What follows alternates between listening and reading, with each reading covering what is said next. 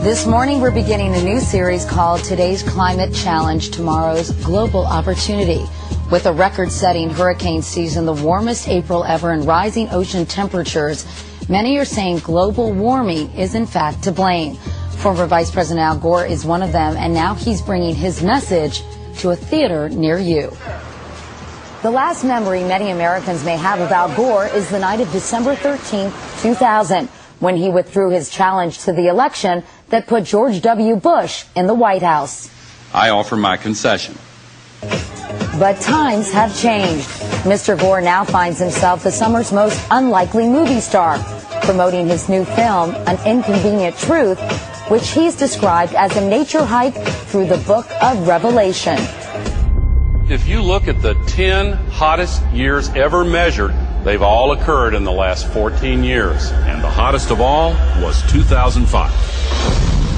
In the movie, Mr. Gore presents a high-tech slideshow he's been giving for years, which contains an avalanche of evidence he says points to one thing: the climate is changing, and a crisis is on the horizon. But before delivering the bad news, he breaks the ice with a little comedy. I am Al Gore. I used to be the next president of the United States of America. We met in Central Park to talk about the future, the past, and his newfound stardom.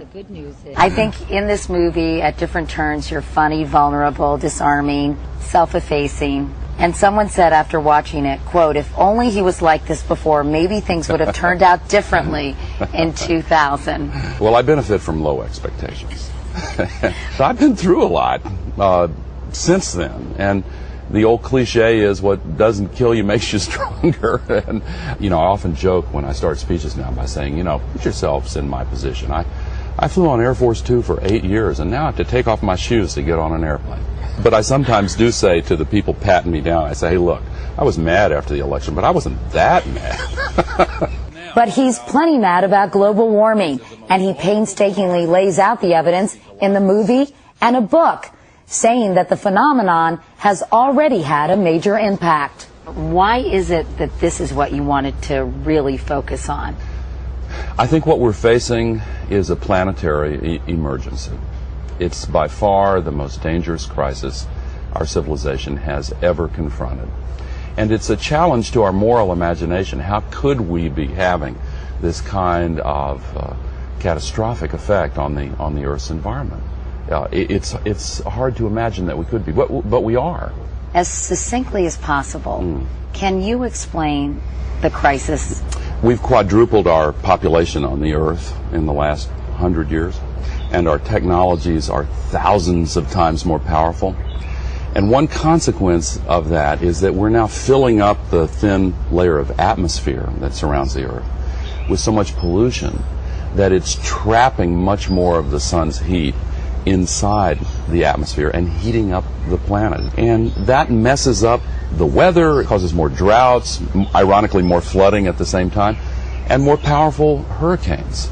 We have to rein in this very dangerous wave of pollution that we're putting up there every single day. People on the other side of the debate say, yes, it's getting warmer, but the Earth's average temperature has done this before. We may have something to do with it, but it hasn't warmed that much, and it's not going to have catastrophic consequences anytime soon. There's really not a debate.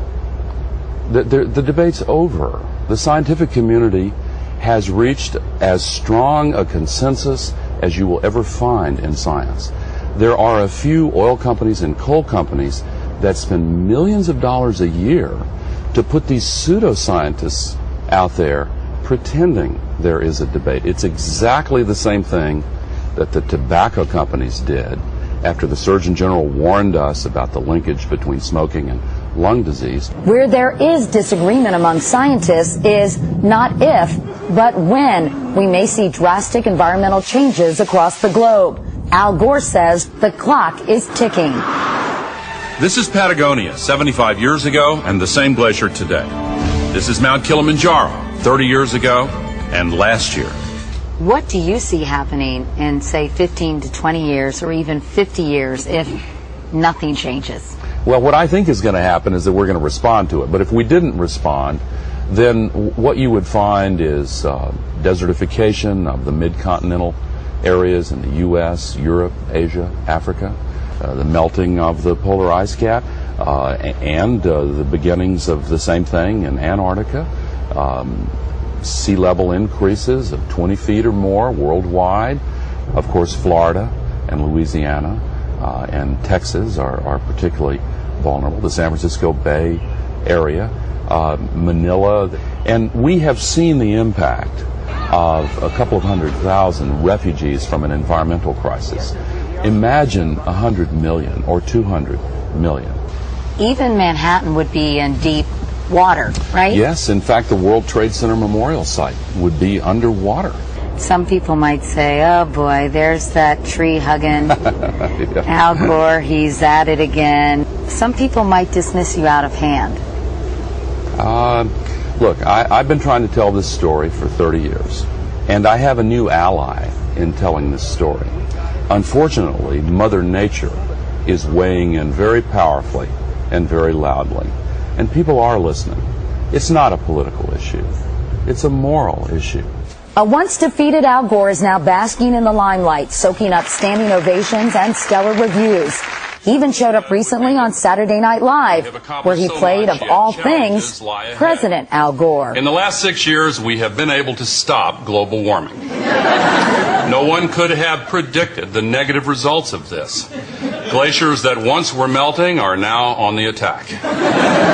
All this, of course, has led to the inevitable question.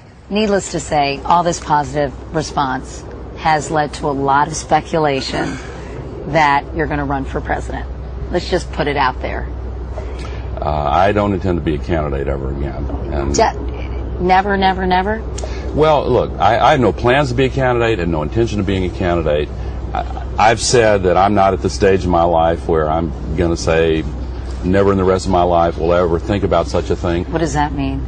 It means that I was in politics for a long time and ran for national office 4 times, and I'm 58 years old, and that used to sound like the oldest age in the world to me. Now I'm trying to convince myself that it's 58 a new 38? is the new something. Yeah. Yeah, I love that line. I don't quite buy it, but look, I'm enjoying serving in other ways. I really enjoy my life now. I am involved in a kind of a campaign, but it's not for a candidacy. It's a campaign to change the minds of the American people about this climate crisis